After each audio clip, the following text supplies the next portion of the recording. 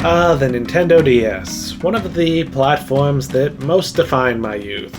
And now it's 20 years old. Oh dear God, I feel my hair turning gray just thinking about it. But the DS is kind of an interesting case. Normally with Nintendo platforms, the first thing you think of are Nintendo games. Mario, Zelda, Kirby, Metroid, all the usual Smash Brothers suspects. But honestly, I don't really associate this console too much with Nintendo's first-party offerings. Certainly not to the same degree I do with most other Nintendo platforms. Most of Nintendo's big first-party titles in this era were on the Wii. So on the DS, a lot of Nintendo's output was more experimental stuff. Stuff like Nintendogs or Brain Age, and even in their big series, things got a bit weird. The DS Zelda titles were unusual touch-controlled games. Metroid got a new multiplayer-focused game in the Prime sub-series. Kirby was all over the place, with the two traditional Kirby games being the underwhelming Squeak Squad and the excellent Superstar Ultra, but Superstar Ultra is a remake, so it's hard to fully count.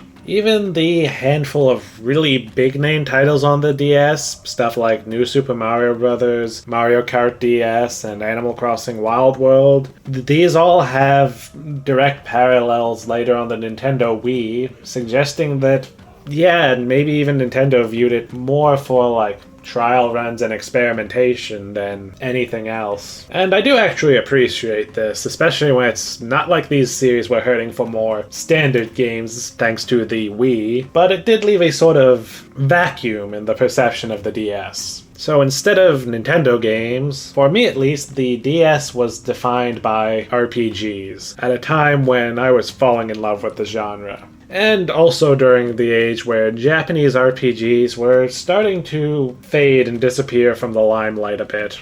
So for the DS's 20th birthday, which I consider to be the mark where a console is officially retro, I want to focus on the genre that was probably the most thriving on the handheld. But there's so many that I wound up having to trim this down to 4 big ones that stuck with me and a lot of honorable mentions. Also, this is more going to be a first impression sort of thing, or second first impressions in a couple cases. Look, I've been really busy. I didn't have as much time to sink into these as I hoped, and this is not a genre known for being quick games you can finish in the weekend, even if all of these are definitely not the behemoths of something like Xenoblade. But I wanted to do this video in this month, so here we are. And hey, if there's some great stuff about these games later on that I miss out on, let me know about it. And yeah, this is kind of just an excuse to dig through some of my backlog, but the same could be said for all YouTube gaming videos, couldn't it? First off, we have Avalon Code. Man, I wanted to cover this just because it's been stuck in my head ever since, like, reading a preview of it in an old issue of Nintendo Power back in the day. Probably just because it's such a high-concept sort of game. It starts like this. You're told the world is ending, and you are chosen to receive the Book of Prophecy, a mystic and rather creepy-looking book with which you are tasked with deciding what to preserve for the next world that will be born. And basically every unique gameplay mechanic revolves around this book. The big use for the book in this game is scanning things, typically enemies, characters, or weapons, in order to be able to manipulate their codes, a sort of magical DNA. The best example of this is probably in the tutorial. Your starting sword is rusted, but you can fix this by removing the illness code from it. Then a little later when you encounter goblins, you can remove their stone code, and then stick them with the illness code to greatly reduce their health. And at other times, you'll be tasked with finding a certain combination of codes that can be used to eliminate a harmful code. But unfortunately, a lot of it rarely lives up to its potential. Against enemies, you'll mostly just be ripping off the codes that make them stronger and very occasionally slapping on an illness code to make them weaker. As far as I'm aware, there's no system where, say, by powering up a monster you can get better rewards or even specific rare rewards from certain codes. There are some trial room bonus objectives that want you to make enemies certain elements, but that's a whole lot of work for higher score numbers. We'll get to why it's a bit of a pain in a moment, but then with characters, the game just doesn't seem to have the interactivity needed to really have complex effects from messing with their codes. Weapons, at least, are probably the most interesting. Not only can you customize and power them up, but you can find different recipes to use different specific code combinations in order to craft a special weapon. Unfortunately, whenever the game does want you to use the code system more intensively, it's held back a lot by the fact you can only hold 4 codes at a time. So if you want to make something special, expect to do a lot of flipping through the pages and looking for where exactly you left the codes you needed and trying to find places to stash the codes you don't need at the moment. Usually this means turning people into repositories of messy leftover codes. I imagine this was meant to prevent you from just immediately stripping every enemy of their beneficial codes, but it doesn't really do that. It just makes managing your stock of codes kind of a pain.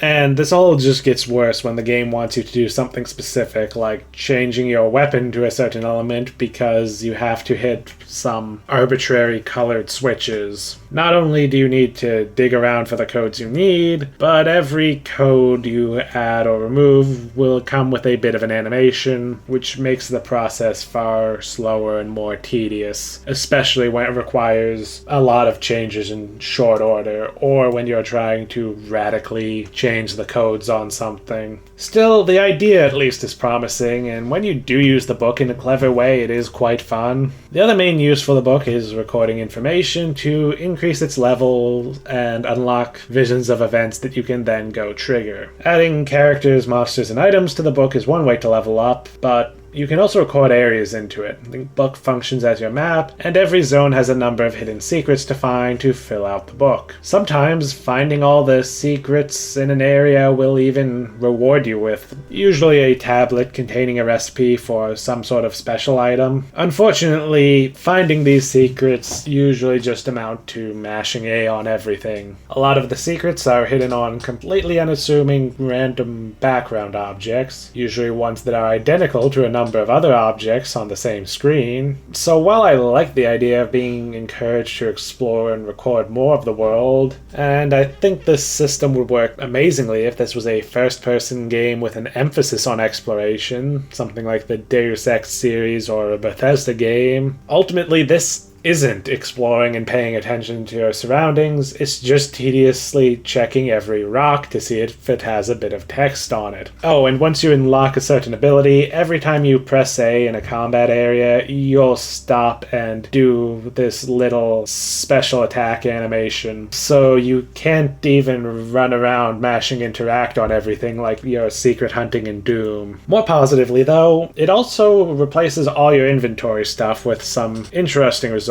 As mentioned earlier, weapons are found and recorded into the book, with rare weapons then created by infusing weapons with certain code combinations, typically learned from special tablets in the world. It's simple and doesn't add a ton, but it's fun and ties nicely into the game's core concept. Items, meanwhile, are kind of unique in that you'll record them to your book, and then you spend MP to replicate and use them. It's not an especially meaningful limitation, though, just because of how easy MP is to recover, but at least, like with weapons, you can make more advanced items by customizing them. Sadly, though, the gameplay does not elevate this core concept, and in fact, arguably drags it down a bit further. The gameplay is very simple action RPG fare, honestly in some ways skewing closer to a Zelda-esque action-adventure game. You can level up your weapon skills, and enemies' health and your weapon damage are pretty standard numerical fare, but your own health is pretty similar to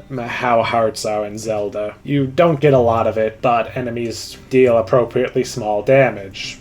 And unfortunately, a lot of what fun there is in this game is undermined by the fact that it really pushes the enemy juggling system. It's fun for a bit, but it quickly gets repetitive, which would be fine, but it's the only way to make enemies drop money or MP restoring items, and it's also usually the safest way to take down an enemy. So even if this system makes the game less fun the more you use it, the game heavily incentivizes you to use this system whenever possible. In addition, dungeons are mostly just a bunch of time trial rooms. They're not very fun. They lack the intense encounters of a dungeon in, say, the Phantasy Star Online series, but they also lack the cohesiveness and sense of progress of a Zelda-type dungeon.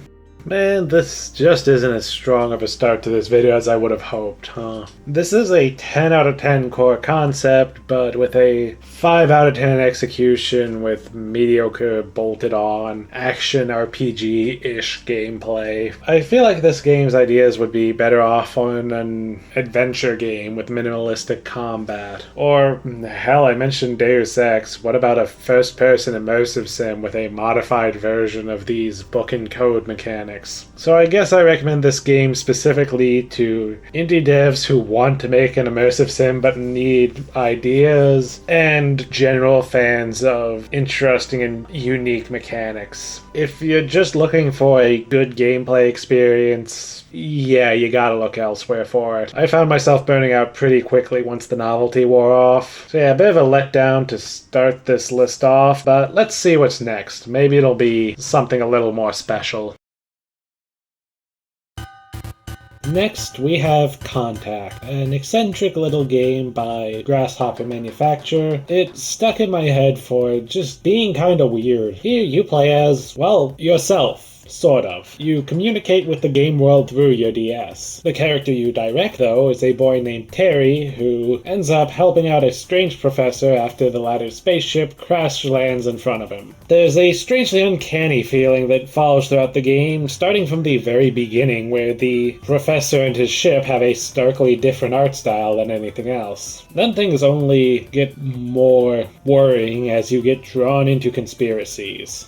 Gameplay is in that love it or hate it zone where it's fairly simple moment to moment because the focus is meant to be on using the RPG systems to give yourself the edge instead. You hit B to enter combat mode, A to switch targets, and Terry automatically whacks whatever you're targeting if it's in range. You can also have Terry put away his weapon to move faster and dodge select attacks, and you can hit up Y to bring up a list of active abilities. Though because you need to defeat enemies to gain the energy points used to activate these, they will be used infrequently. And that's mostly it. But the RPG systems are where the focus is here. The big draw here is the unified stat/skill system where every aspect of Terry improves as it's used. There's no traditional leveling. Your stats, just like your skills, increase from use. For the most part, it's standard RPG stats that do what you'd expect. Skills for the 3 different weapon types, defenses against physical and magical elements, and then a set of skills that serve as a class level for each of the various outfits that serve as classes. But there's a lot of options with weapons, with different damage types and different secondary traits that can make a quick switch in the middle of combat very useful. Not to mention separate sets of active abilities for each character class and each of the 3 weapon types. And your main source of healing will also be food that also confers stat bonuses, and so you also have the option of using this to buff up in combat. I wouldn't say it's especially complex, but there's certainly enough to engage with here. But once again, it's kind of the strangeness and atmosphere that really makes this game something worth remembering. You and Terry are completely out of your depth as the events escalate quickly. You're not even 10 hours in when you're storming a military base and stumbling upon conspiracies. And there's always the fact that the professor and his ship just always look a bit weird compared to the rest of the game. And I guess that sums it up nicely. Contact is unique, as expected from Grasshopper Manufacture. I'd say that's another one that's definitely at least worth trying for anyone who likes unusual and interesting games, but I think this one is just a bit more solid than Avalon Code was.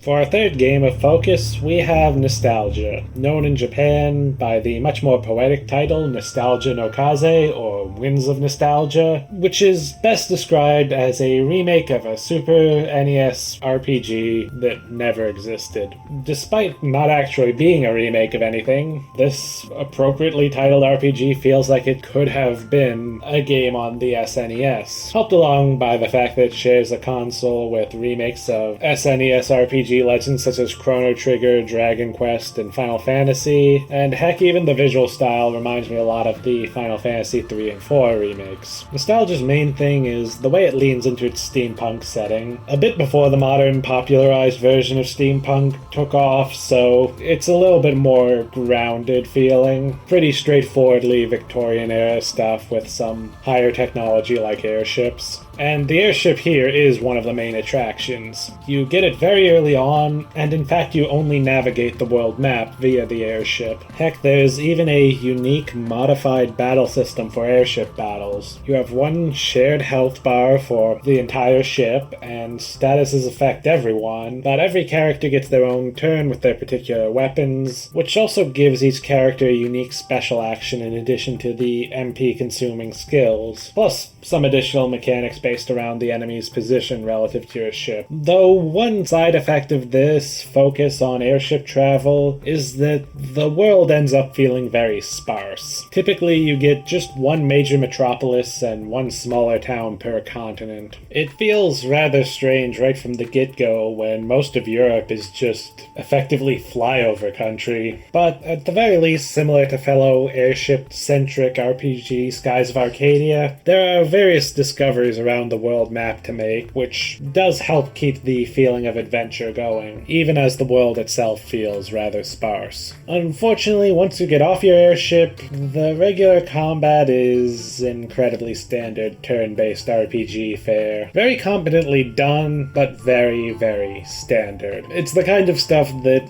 I feel like gives a lot of people bad impressions of turn-based combat. There's your standard suite of actions and a selection of character-exclusive skills that cost MP, and the only real twist on the standard turn-based RPG formula here is the wait time system, where some actions can cause your character's next turn to come sooner or later. It's not exactly unique, and it rarely feels like you have enough control over it to really matter. At most, it makes it better to save long wait time skills till the end of random encounters, though you are at least encouraged to use them even in random encounters. Save points give you a full restore, and leveling up does too, so you will refill your MP several times over the course of a dungeon. Boss fights also tend to be pretty straightforward. Just buff up and then spam attack skills, and many of them will be over in a few turns, especially early on. Even if you wanted to take more complex approaches to bosses, this game has a major flaw of many turn-based RPGs, which is that bosses are immune to things like status conditions and even most stat drops that could normally be a place to use more strategy. And then the RPG systems are likewise pretty straightforward. Equipment is fairly simple, although gadgets do add a tiny bit of variety and choice, and while there's a skill tree and skill upgrades, these aren't that deep.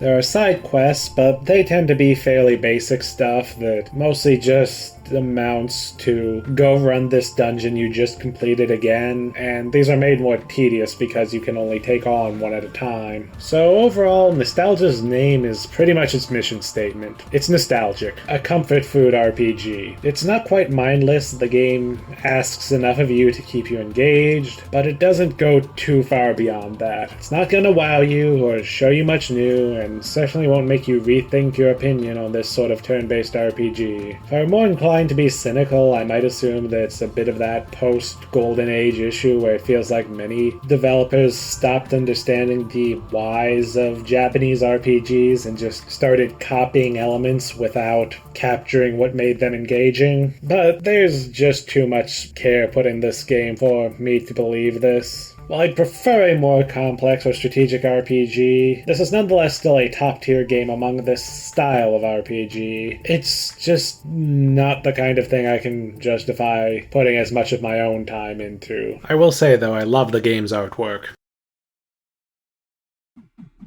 Alright, I wound up saving the best for last. Here we've got Super Robot Tarzan OG Saga Endless Frontier, a game whose continuity may be as confusing as its title. It's a spin-off of the Super Robot Wars original Generation series, itself a sub-series of Super Robot Wars focused entirely on original characters instead of being the massive mecha anime crossover of the main Super Robot Wars games. But on top of that, it's also kinda a sequel to the Japanese only crossover game Namco Cross Capcom. The original characters from that title show up here along with, for some reason, Cosmos and Telos from Xenosaga. Okay, the reason is down to the fact that this game, Namco Cross Capcom, and Xenosaga were all developed by Monolith Soft. Yes, that Monolith Soft, the Xenoblade guys who also help with a lot of Nintendo's biggest titles. And then that also means that the Project Cross Zone games are also sort of sequels to this. I mean, the Namco Cross Capcom characters appear there, and the main character of this game is in those. Are you confused yet? Sorry, let's talk about the game itself. The big thing here is easily the battle system. First, just look at these big, gorgeous fighting game style sprites. I love these. And they're put to good use since instead of just giving enemies simple whacks, your attacks trigger elaborate attack animations, and you can even build a custom combo for each character out of a variety of moves with different strengths. Time your attacks right, and you can juggle an enemy, boosting your crit rate the more hits you land without letting them touch the ground, and as a result, even normal encounters are flashy and cool. Plus, timing your combo hits, as is typical for action commands in RPGs, helps to keep things just a little bit more stimulating.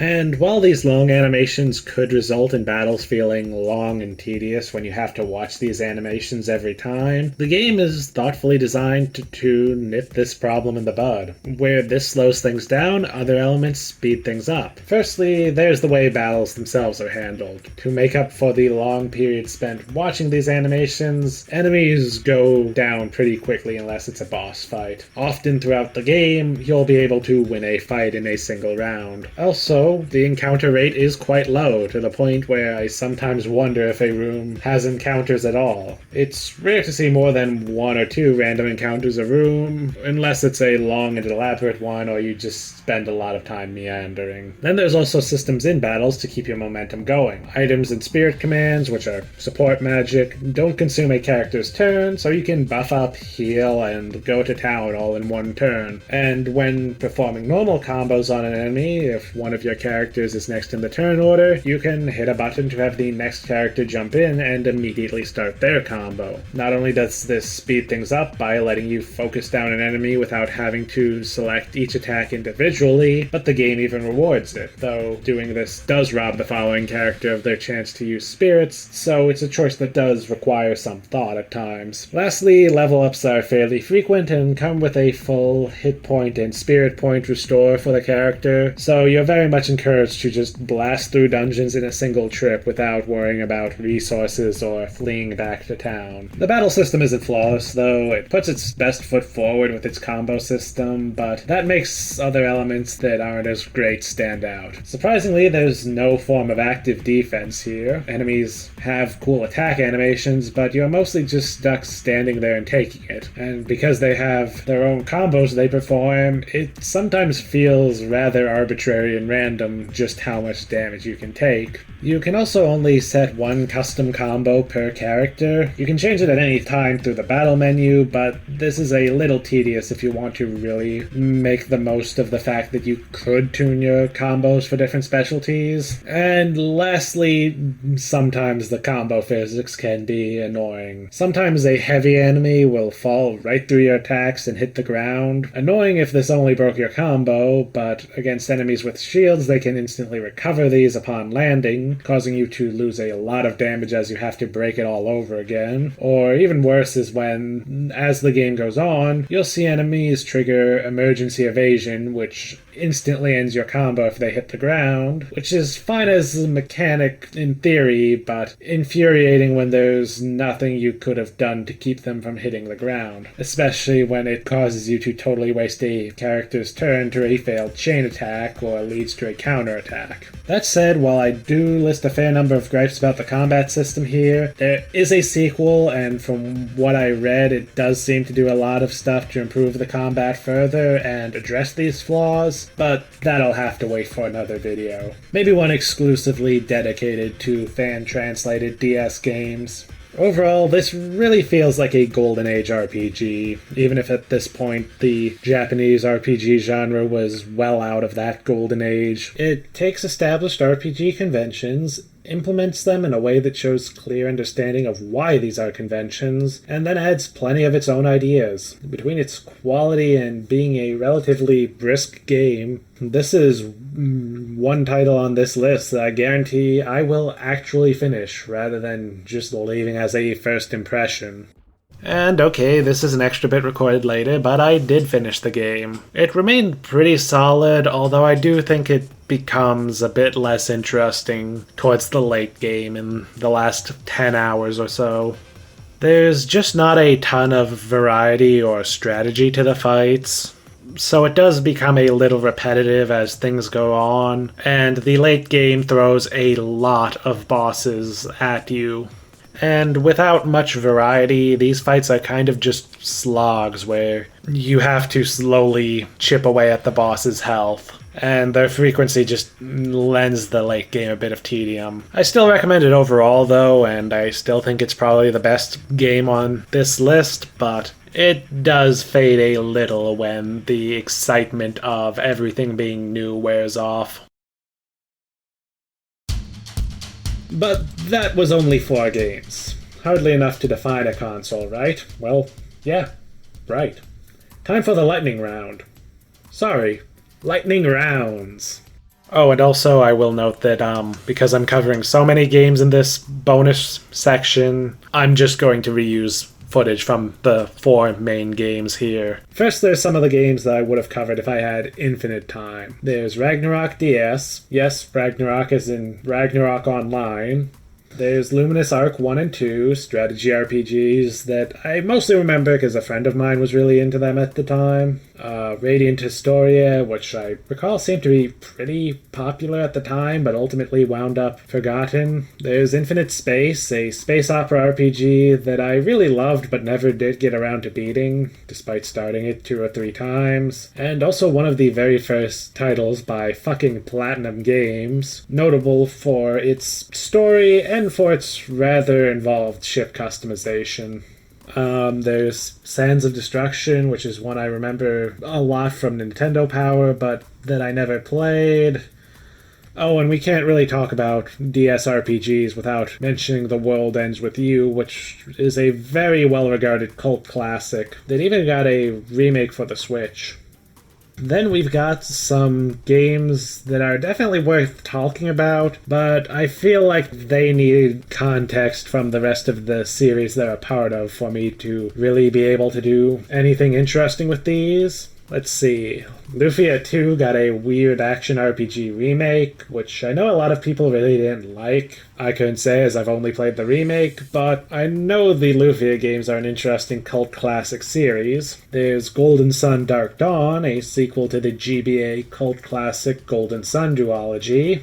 Magical Star Sign, a DS sequel to the Japanese-only Magical Vacation. Don't know as much about these, but it stood out to me in old Nintendo Power issues. There's Summon Knight Swordcraft Story 2, which I think is actually the 3rd game. I want to play the other Summon Knight Swordcraft Story ones, and I know it's a broader franchise beyond that, but not too much else. We've got Valkyrie Profile Covenant of the Plume, a tactical RPG spin-off of the Valkyrie Profile series. Yet another RPG series I really want to check out, and are you sensing a theme here with me wanting to get into series that I just don't have the necessary time for? Continuing that theme, we have Nights in the Nightmare, a very weird and interesting game that's part of the very weird and interesting Department Heaven series by Sting Entertainment. And as I'm looking up stuff to write this, I really want to do a deep dive into this series, but it's a dark fantasy RPG series from Japan before Dark Souls made that cool. And these games often have really weird and unique gameplay, with Nights in the Nightmare being a genuinely impossible to describe title. But other games in the series include Rivera, The Promised Land, Yggdra Union, which recently got a remake, and Gungnir. And sadly, outside of that Yggdra Union remake, it's been on hiatus for the past 10 years. But maybe this is a series for the retrospective pile. Continuing on, there was also a remake of Front Mission 1 on the DS, which I don't have too much to say about, since it's sort of been superseded by the more recent remake, but was the first time Front Mission 1 left Japan. Okay, next lightning round is the games that I don't want to cover in depth for one reason or another, mostly because these are games I probably wouldn't have covered even if I had unlimited time, but I figure that I should at least give them these mentions and tell you why I'm not going in depth. Firstly, there's the games that are so famous that talking about them feels like a waste of time. Most of them by Square Enix, and several of them being franchises with a lot of games on the DS. So many that I could do a video just on that franchise and just on the DS. For example, Final Fantasy. Yeah, it's Final Fantasy, you know about it. Special shout out to Final Fantasy III being a formative title for me, and also to the spin-off for Heroes of Light, which is sort of the predecessor to the Bravely Default series, and honestly it almost earned a spot on the main list in spite of being a Final Fantasy title. Of course, Dragon Quest was here too, some remakes, a new game in Dragon Quest IX. I think there was a Dragon Quest Monsters game, probably others I'm missing. There was a Chrono Trigger remake, which, unlike the Final Fantasy remakes, was pretty faithful, keeping the graphics and just adding a small bit of extra content.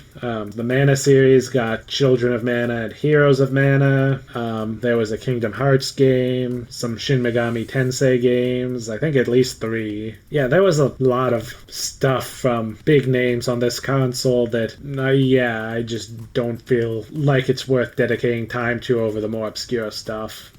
Then there's Nintendo's own stuff, which also sort of qualifies as too famous to deserve much more than brief mention here. There was Pokemon, of course. You have the Gen 4 and 5 games, the Gen 2 remake games, the Mystery Dungeon sub-series, and some other spin-offs that I think mostly aren't RPGs, so they don't really fit here. Honestly, Pokemon kind of undermines my point that Nintendo's own properties weren't as strong on this console, as I think these days this is a rather beloved era of the series, but also proves my point that RPGs dominated here, and this was back when console game Pokemon titles were rarely more than battle simulators.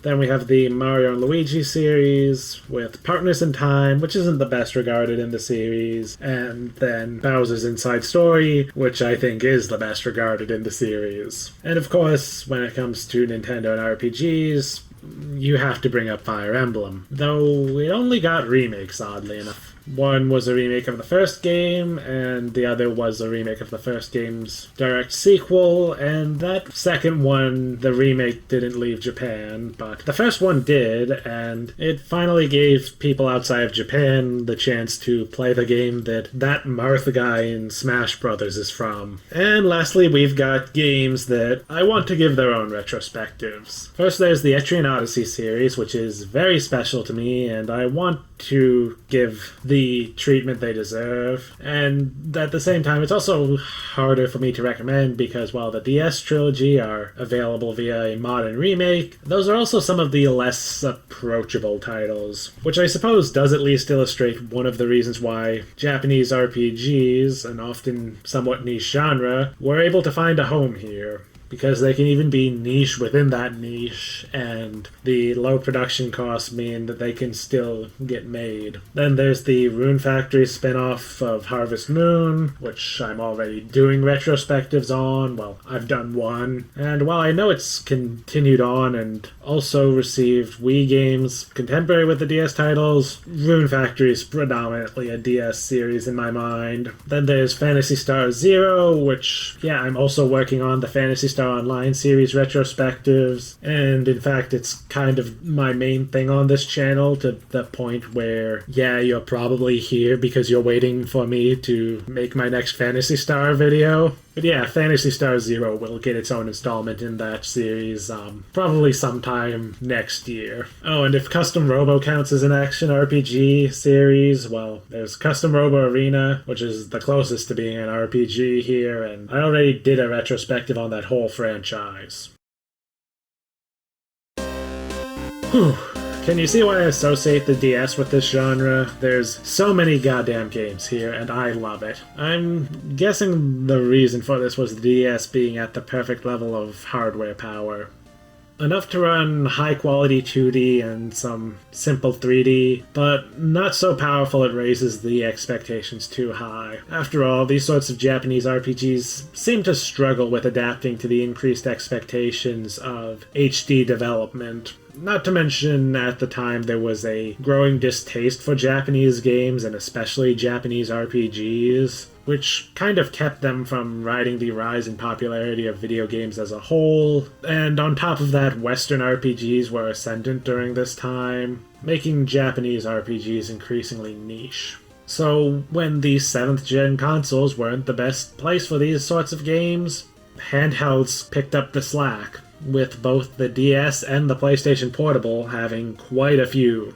And this kind of makes the DS the best console for RPGs from Nintendo since the Super Nintendo. So I guess if there's a point to this, because I like my videos to have a point, it's that if you like Japanese RPGs and are looking for something new to play, give the DS library a look sometime if you haven't already. There's plenty to see there, and I guarantee you that there's plenty I missed.